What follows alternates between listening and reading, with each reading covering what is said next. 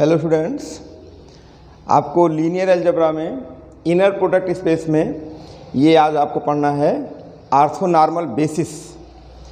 ठीक है, तो आर्थोनॉर्मल हमने आपको बताया ही था। तो आर्थोनॉर्मल बेसिस क्या होती है ये पहले आप समझ लीजिए। उसके बाद फिर आपको एक पढ़ना प्रोसेस है ग्राम स्मिथ आर्थोगोनलाइजेशन प्रोसेस। ठीक है, तो यानी कि हम कैसे आर्थोगोनलाइज कर दें वेक्टर्स को, वो आपको समझना है। तो आर्थोनॉर्मल बेसिस क्या होती है ये देख लीजिए। ये जैसे बेसिस आप पढ़ते हैं वही बेसिस है, बस खाली इसमें कंडीशन लगा दी गई है कि इसमें जो वेक्टर्स होने चाहिए वो म्यूचुअली आर्थोगोनल यूनिट वेक्टर्स होने चाहिए। यानी कि कोई दो वेक्टर बेसिस के हैं तो ठीक है, तो उसमें दो गुण होने चाहिए। एक तो वो म्यूचुअली आर्थोगोनल होने चाहिए और दूसरा वो यूनिट वेक्टर्स होने चाहिए, यानी उसकी लेंथ जो है वो 1 होनी चाहिए। ठीक है, तब ये आर्थोनॉर्मल बेसिस बनाता है। तो देखिए यहाँ पर a basis of an inner product space V, कोई इनर प्रोडक्ट स्पेस वी ले लीजिए, उसमें बेसिस विच कंसिस्ट ऑफ, अब देखिए यही है म्यूचुअली आर्थोगोनल। एक कंडीशन ये हो गई, यूनिट वेक्टर्स, दो चीज़ें हैं mutually orthogonal and unit vectors होने चाहिए। ठीक है, is called an orthonormal basis of V. ठीक है, ये वी की आर्थोनॉर्मल बेसिस होगी। अब बात ये आती है कि अगर किसी इनर प्रोडक्ट स्पेस में वेक्टर हैं तो उनका आर्थोनॉर्मल बेसिस निकाला कैसे जाए, एक प्रोसेस होना चाहिए। वो प्रोसेस ग्राम स्मिथ ने दिया है, तो ग्राम स्मिथ आर्थोगोनलाइजेशन प्रोसेस आपको समझना है। ठीक है, बहुत ही इजी प्रोसेस है और इसका क्वेश्चन आपके एग्जाम में आता भी अक्सर आता रहता है। तो हम आपको एक क्वेश्चन एक एग्जाम्पल दे के समझाएंगे, है ना, वही प्रोसेस ही है। तो वो प्रोसेस आप समझ लीजिए। तो मान लीजिए आपके एग्जाम में वेक्टर बदल दें तो कोई दिक्कत नहीं है, प्रोसेस समझ के जाएंगे, कोई भी होगा लगा देंगे। वैसे 3 डायमेंशनल वेक्टर ही इसका ज़्यादातर दिया जाता है क्वेश्चन में। देखिए, तो ये कह रहे हैं ये जो प्रोसेस हो क्या है, द प्रोसेस टू डिटरमाइन क्या, एन आर्थोनॉर्मल बेसिस, ये डिटरमाइन करना है for a finite dimensional vector space is known as Gram Schmidt orthogonalization process. ये है, तो इसका पूरा एक वर्किंग रूल है। तो वर्किंग रूल पहले हम लिख देते हैं, उसी स्टेप बाय स्टेप आपको क्वेश्चन को सॉल्व करना है। वो हम आपको एक क्वेश्चन जो है सॉल्व करा के दिखा देते हैं, बस आप उसी के अकॉर्डिंग जो है, कोई मान लीजिए नया क्वेश्चन भी आ जाता है तो आप लगा सकते हो। उस प्रोसेस आप समझ के जाइएगा बस। ठीक है, तो इतना पहले आप कॉपी कर लीजिए।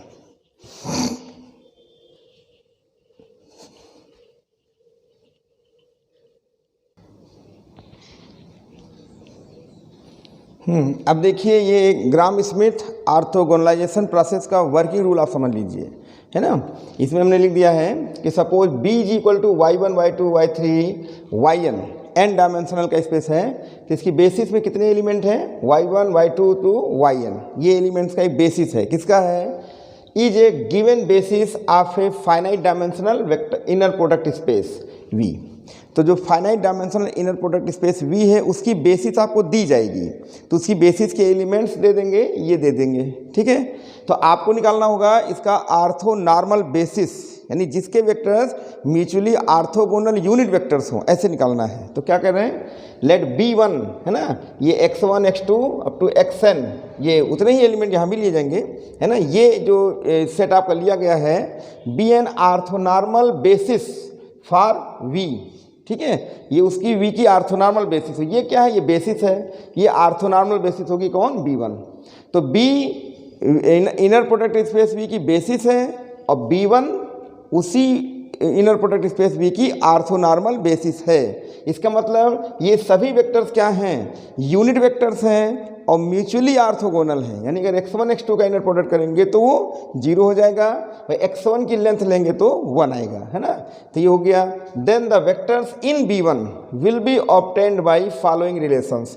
लेकिन ये जो x1 x2 x3 दिए गए हैं ये इन रिलेशन से निकाले जाएंगे, यही ग्राम स्मिथ ने बताया था। तो ये प्रोसेस आप एग्जाम में अच्छे से समझ के याद रख के जाइएगा, तभी आप लगा पाएंगे। तो देखिए इसमें करना क्या है, सबसे पहले x1 क्या है, y1 वेक्टर को उसी के नाम से डिवाइड कर दीजिए, आपको x1 डायरेक्ट मिल जाएगा। अब बात आती है x2 की, तो यहाँ पे Z2 नॉन Z2, लेकिन Z2 निकालेंगे कैसे, Z2 ऐसे निकाला जाएगा। देखिए y2 में y2 x1 का इनर प्रोडक्ट और x1, ये क्वांटिटीज में माइनस कर देंगे तो आपको जो है Z2 मिल जाएगा। तो सबसे पहले हम Z2 निकालेंगे, फिर Z2 का नॉर्म निकालेंगे, फिर Z2 को Z2 के नाम से डिवाइड कर देंगे, यू विल फाइंड x2। ठीक है। ऐसे x3 देख लीजिए, Z3 अपान नाम Z3। अब Z3 क्या है देखिए, लिखने का एक सही सीक्वेंस है। देखिए y3 यानी जो यहाँ पे क्रमांक है ना ये Z3, तो यहाँ पर y3 माइनस y3 x1 फिर x1 फिर y3 x2 इनर प्रोडक्ट फिर x2। तो आप यहाँ पे खास बात देख रहे होंगे कि जितना यहाँ पे सब स्क्रिप्ट दिख रहा है उससे एक कम पर रुक जाएगा। यहाँ देखिए कितना दिख रहा है 2, यानी यहाँ 3 था तो यहाँ पे 2, यहाँ 2 था तो यहाँ पर 1 पे रुक जाएगा। तो सिमिलरली हमने xn का लिख दिया है zn अपान नाम zn, तो where zn is equal to yn, तो yn x1 अच्छे समझिए, फिर इंटू x1 फिर yn x2 इंटू x2, और कहाँ पर रुकेंगे n-1, क्योंकि यहाँ पे सब स्क्रिप्ट क्या था n था, तो यहाँ पे कितने पर रुकोगे एक कम यानी n-1 पर रुकेंगे। अब हम आपको एक इसमें प्रॉब्लम लेके समझा देते हैं कि कैसे यूज करना है, वो सीख लीजिए फिर आराम से आप लगा सकते हैं। उसमें आप प्रॉपर्टी भी देख लीजिएगा कि म्यूचुअल ऑर्थोगोनल भी होंगे और साथ में यूनिट वेक्टर्स भी होंगे, जो आप ये निकालेंगे x1 x2 एंड xn, है ना। तो इसे आप कॉपी कर लीजिए, बहुत ही ईजी है, कोई दिक्कत नहीं आएगी, नोट करिए।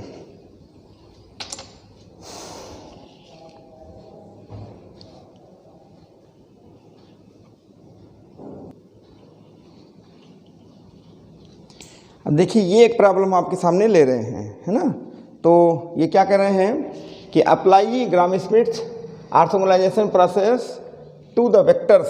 अब देखिए ये वेक्टर्स दिए गए हैं y1 y2 y3, ये उसकी बेसिस के वेक्टर्स हैं जो अभी लिखवाया गया था, ठीक है। ये 3 वेक्टर दिए गए हैं, 3 डायमेंशन है ये, तो 1 0 1 1 0 -1 और 0 3 4 to obtain an orthonormal basis for V3R, 3 dimensional ये वेक्टर स्पेस है, ठीक है, with the standard inner product. तो स्टैंडर्ड इनर प्रोडक्ट आपको हमने बताया था, है ना, कि उसमें क्या होता है कि जैसे x1 y1 z1 है, फिर x2 y2 z2 है, तो x1 x2 y1 y2 z1 z2 जो मल्टीप्लाई हो जाता है वही स्टैंडर्ड इनर प्रोडक्ट कहलाता है, ठीक है। तो हमने ये देखिए अभी डिलीट नहीं किया है, ये आपके सामने प्रोसेस दिया हुआ है। तो ये क्या बताता है कि सबसे पहले y1 का नार्म निकालिए। ये तो बहुत ही सिंपल है, इसमें ज़्यादा कैलकुलेशन ही नहीं है। तो सबसे पहले हम क्या करेंगे, y1 को लेके आएंगे। तो यहाँ पर y1 कितना दिया गया है ना, y1 है 1 0 1। आप y1 का नार्म निकालेंगे, ठीक है। तो y1 नार्म स्क्वायर ये बन जाएगा। तो स्टैंडर्ड इनर प्रोडक्ट है, ये हमने लिखा है स्टैंडर्ड इनर प्रोडक्ट। इसका मतलब क्या हो गया कि ये आपका 1 × 1 यही स्वयं मल्टीप्लाई हो जाएगा, 1 × 1 प्लस 0 × 0 प्लस 1 × 1 1 1 0 0 1 1, ये कितना आ गया 1 + 0 + 1 इज इक्वल टू 2। तो नार्म y1 स्क्वायर 2 आ गया, तो नार्म y1 कितना हो जाएगा, ये हो जाएगा स्क्वायर रूट ऑफ 2, ये इतना बन जाएगा, ठीक है। तो हमें चाहिए x1, तो x1 के लिए क्या चाहिए, y1 अपान नार्म y1। तो x1 is equal to 1 upon √2 into 1 0 1। तो आपको x1 मिल गया 1 अपान √2, अंदर मल्टीप्लाई कर दो, 0 1 अपान √2, ये बन गया x1। आपको ऑर्थोनॉर्मल बेसिस का पहला वेक्टर मिल गया, जिसे 1 अपान √2 0 1 अपान √2, ठीक है। यहाँ पर ये प्रोसेस अप्लाई किया गया है, ये देख लीजिए। तो इतना पहले आप कॉपी कर लीजिए। सबसे पहले हमने क्या किया, ये y1 जो वेक्टर दिया गया था वो किया, फिर इसका नार्म y1 स्क्वायर, ठीक है। तो 1 × 1 0 × 0 स्वयं से गुणा होगा ना ये, तो 1 × 1 0 × 0 1 × 1, तो ये हो जाएगा 2। तो नार्म y1 √2, तो x1 क्या होगा y1 अपान नार्म y1 1 अपान √2, ये y1 फिर अंदर मल्टीप्लाई कर दो। दिस इज फर्स्ट वेक्टर, है ना, ऑफ ऑर्थोनॉर्मल बेसिस। तो इसे आप कॉपी कर लें।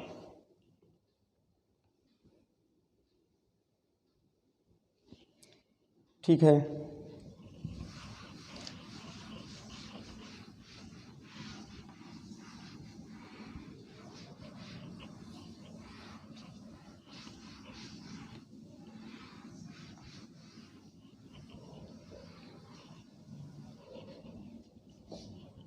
तो आपको x1 मिल गया, यहाँ लिख लेते हैं साइड में 1 अपान √2 0 1 अपान √2, x1 मिल गया। इस साइड में पड़ा रहने दीजिए। फिर अब बारी आती है x2 निकालने की। तो x2 में क्या है, Z2 अपान नाम Z2 where Z2 is given by this relation. ठीक है, तो सबसे पहले क्या निकालेंगे, y2, ये सीधे रख दीजिए, कोई दिक्कत नहीं है। तो यहाँ पर आपका लिखा जाएगा now Z2 is equal to y2 minus y2 x1 into x1। कैसे निकालते हैं, y2 x1 तो हो जाएगा आपका y2 1 0 माइनस 1 है माइनस। अब यही देख लीजिए आपका, चलो ये y2 कितना था 1 0 माइनस 1 और x1 क्या आया है 1/√2 0 1/√2। तो ये इनर प्रोडक्ट है। तो जब इनर प्रोडक्ट है तो इन दोनों का इनर प्रोडक्ट होगा, क्योंकि ये आपका y2 है और ये आपका x1 है। तो y2 comma x1 this is inner product. तो स्टैंडर्ड इनर प्रोडक्ट में 1 इंटू ये corresponding 1 into 1/√2 0 into 0 minus 1 into 1/√2। तो यहाँ लिख देते हैं कैसे, 1 इंटू 1/√2 फिर plus 0 into 0 plus minus 1 into 1/√2। इसको समझिए आप, ये हमने आपको यहाँ पे करके दिखा दिया है। y2 x1 corresponding elements multiply होंगे 1 इंटू 1/√2 0 इंटू 0 और माइनस 1 इंटू ये और इंटू x1 मीन्स ये 1/√2 0 1/√2। तो दिस इज 1/√2 0 1/√2। ठीक है, तो इतना आप पहले समझ लीजिए, तो इसको आगे बढ़ाएं। ऐसे निकाला जाएगा, ये x1 है 1/√2 कामा 0 कामा 1/√2। ये जो x1 आया यहाँ पे यूज होगा। ये लिखा गया है तो y2 ये लिखा है y2 x1 ये मल्टीप्लाई कर दिया, अभी समझा ही दिया आपको, और इंटू x1 ये लिख दिया गया। अब ये कितना होगा ध्यान से देखिए, 1 0 माइनस 1 माइनस दिस इज 1/√2 ये 0 है और ये माइनस 1/√2 है 1/√2 कामा 0 1/√2। तो ये तो कैंसिल हो गया, तो 0 हो गया। तो 1 कामा 0 कामा माइनस 1 माइनस 0 इंटू 1/√2 0 1/√2 ये बनेगा। ठीक है, अब देखिए आप, ये तो 0 मल्टीप्लाई सब 0 हो जाएगा ये। तो जब ये 0 हो गया तो सीधे आपका 1 0 माइनस 1 ही बनेगा। ठीक है, ये हुआ आपका Z2। ध्यान से देखो 0 जब मल्टीप्लाई से ये सब 0 0 हो जाएगा। अगर आप देखना चाहें तो ये सभी 0 0 0 हो जाएंगे। तो हमारा जो Z2 होगा वो हो जाएगा 1 0 माइनस 1, क्योंकि 1 minus 0 1 0 minus 0 0 minus 1 0 minus 0 minus 1 minus 0 minus 1, ये Z2 हो जाएगा।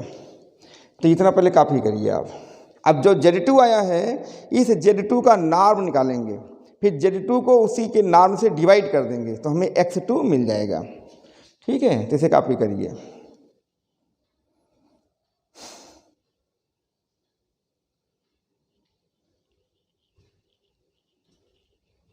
तो Z2 आपको फाइनल कर दिया हमने।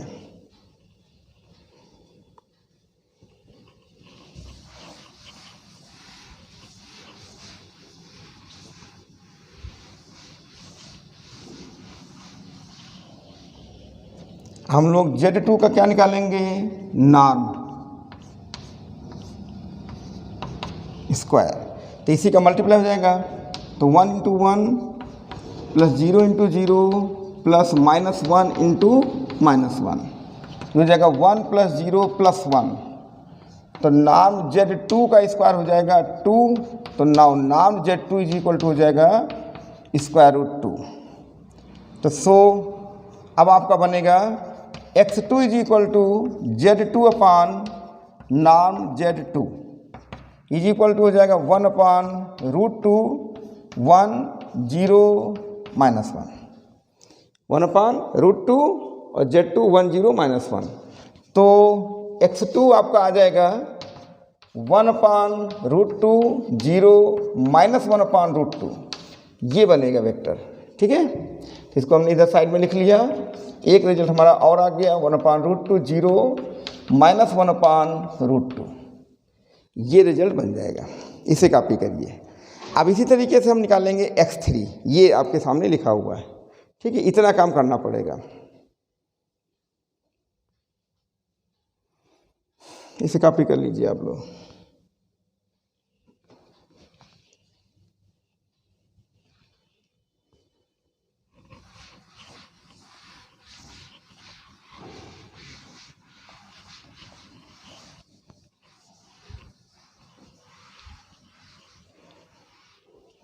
अब थोड़ा समझिए, देखिए x3 के लिए Z3 अपान नॉन Z3 चाहिए।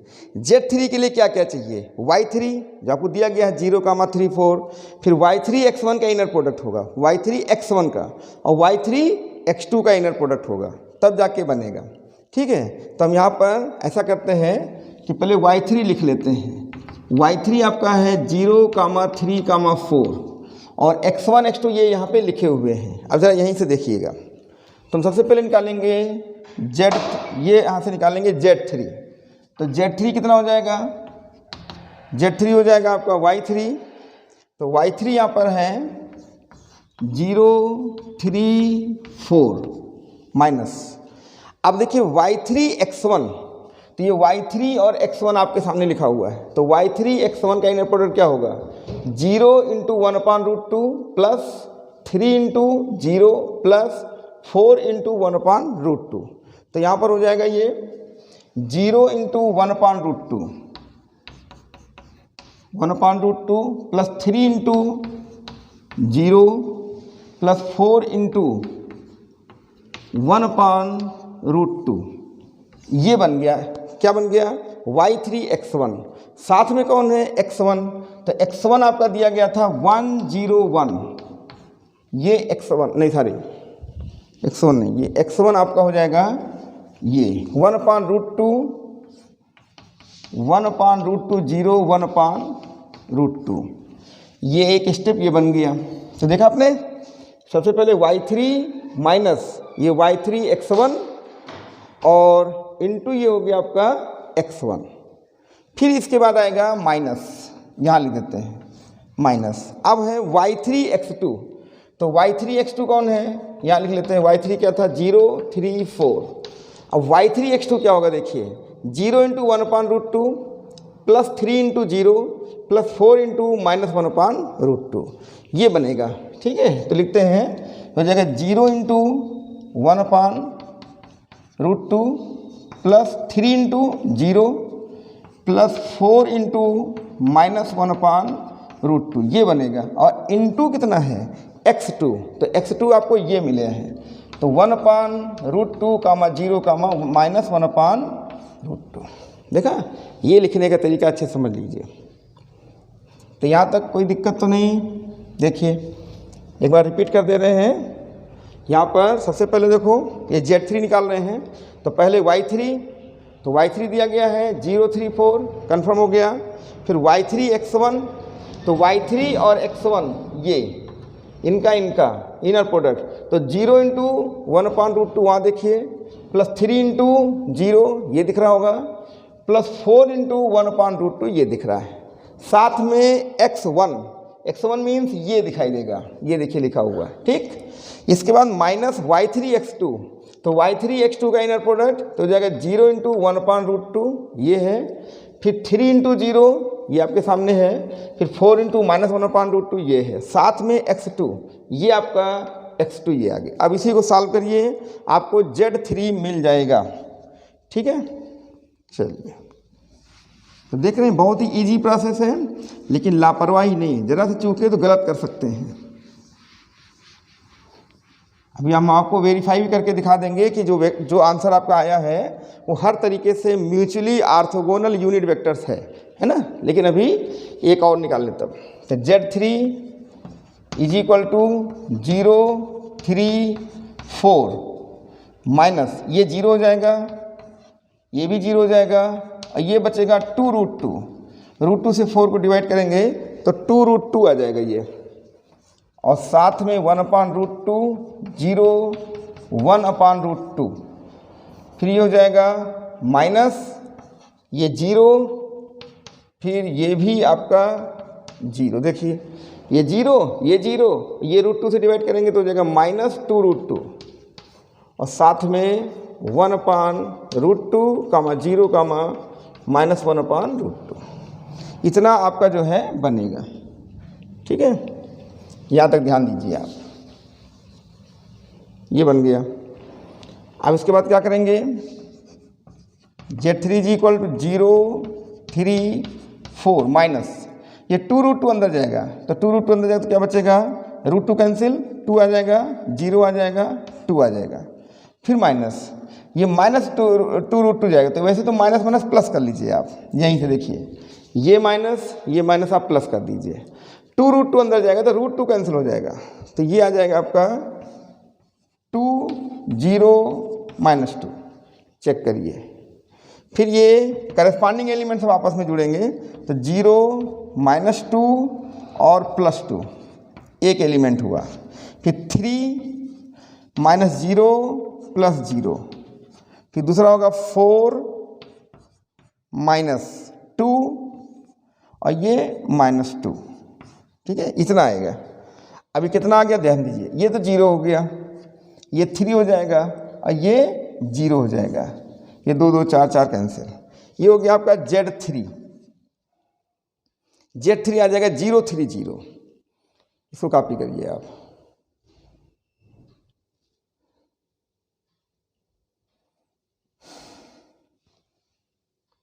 ठीक है, कॉपी करें। अब देखिए, हम लोग इसका निकालेंगे नॉर्म।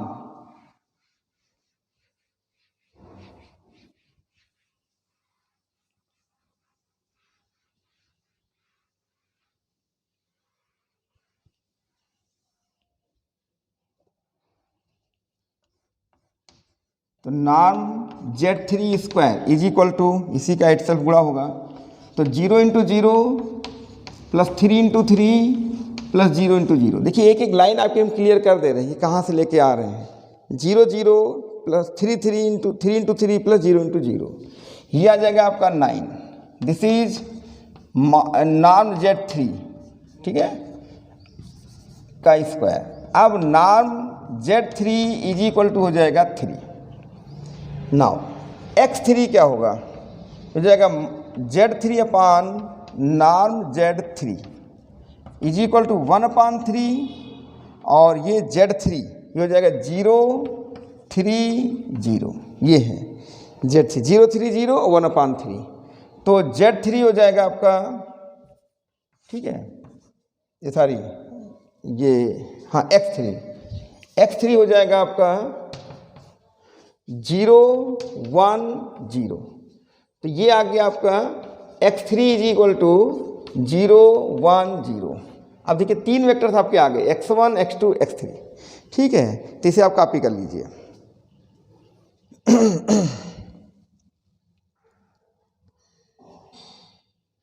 बस कंप्लीट हो रहा है, कॉपी करें तुरंत।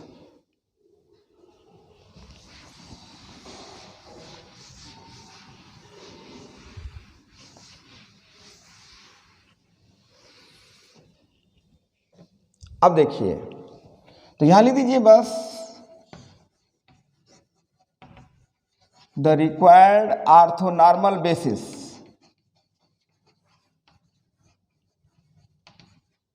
इज क्या हो जाएगा, x1, x2, x3 या दैट इज लिख दीजिए। क्या आया है, x1 आपका आया है 1/√2, 0, 1/√2, x2 1/√2, 0, -1/√2 and 0, 1, 0। This is orthonormal basis. ये हो गया, ठीक है। तो जो बेसिस दी गई थी, बेसिस वेक्टर्स, उनके अकॉर्डिंग ये ऑर्थोनॉर्मल बेसिस आपकी हो गई है ना। अच्छा लगा कैलकुलेशन। आप चाहें तो आप चेक कर सकते हैं कि इनमें 2 प्रॉपर्टी होल्ड करनी चाहिए। पहला, तो इनका जो लेंथ है वो प्रत्येक वेक्टर का 1 होना चाहिए यूनिट वेक्टर्स, और दोनों किन्हीं दो का हम इनर प्रोडक्ट लें तो 0 आना चाहिए। आप एक कर देख सकते हैं, देखिए कैसे ये हम लिख सकते हैं 1/√2 इन दोनों का ले रहे हैं। अच्छा, तो 1/√2 into 1/√2 plus 0 into 0 plus 1/√2 into minus 1/√2। तो आप देख रहे हैं ये प्लस में ये माइनस में 0, ये 0 हो गया, तो है ना ऑर्थोगोनल। ठीक है, अगर हम इनका नॉर्म ले लें, इनका नॉर्म, तो 1/√2 का 1/√2 से मल्टीप्लाई करेंगे, है ना। जैसे मान लो हम आपसे कहते हैं कि x1 का नॉर्म ले लें, तो क्या करोगे 1/√2 को 1/√2 से मल्टीप्लाई करेंगे, 0 को 0 से करेंगे, 1/√2 करेंगे तो हो जाएगा 1/2 plus 0 plus 1/2 that will be 1। तो norm x1 is equal to 1, तो यूनिट वेक्टर है कि नहीं। तो इससे क्या क्लियर हो गया कि इन सभी का नाम 1 है, इन दो का जो प्रोडक्ट लेंगे इनर प्रोडक्ट वो क्या बनेगा आपका 0 आएगा। तो यानी ये these are mutually perpendicular and unit vectors, इसलिए ये आर्थो नॉर्मल बेसिस है। ठीक है, ये हमने हल्का सा एक वेरीफाई करके दिखा दिया। ठीक है, तो आपको फिर ये लेक्चर कैसा लगा बताइएगा, कोई दिक्कत होगी तो कमेंट करिए, है ना। तो ये हुआ ग्राम स्मिथ ऑर्थोगोनलाइजेशन प्रोसेस। ठीक है, ये क्या करता है, ये इनर प्रोडक्ट स्पेस जो दिया रहता है, finite dimensional inner product space का जो बेसिस दिया रहता है उसी का आर्थो नॉर्मल बेसिस ही निकालता है, उसी का ये प्रोसेस है। ठीक है, फिर अगले लेक्चर में। Thanks for watching my video.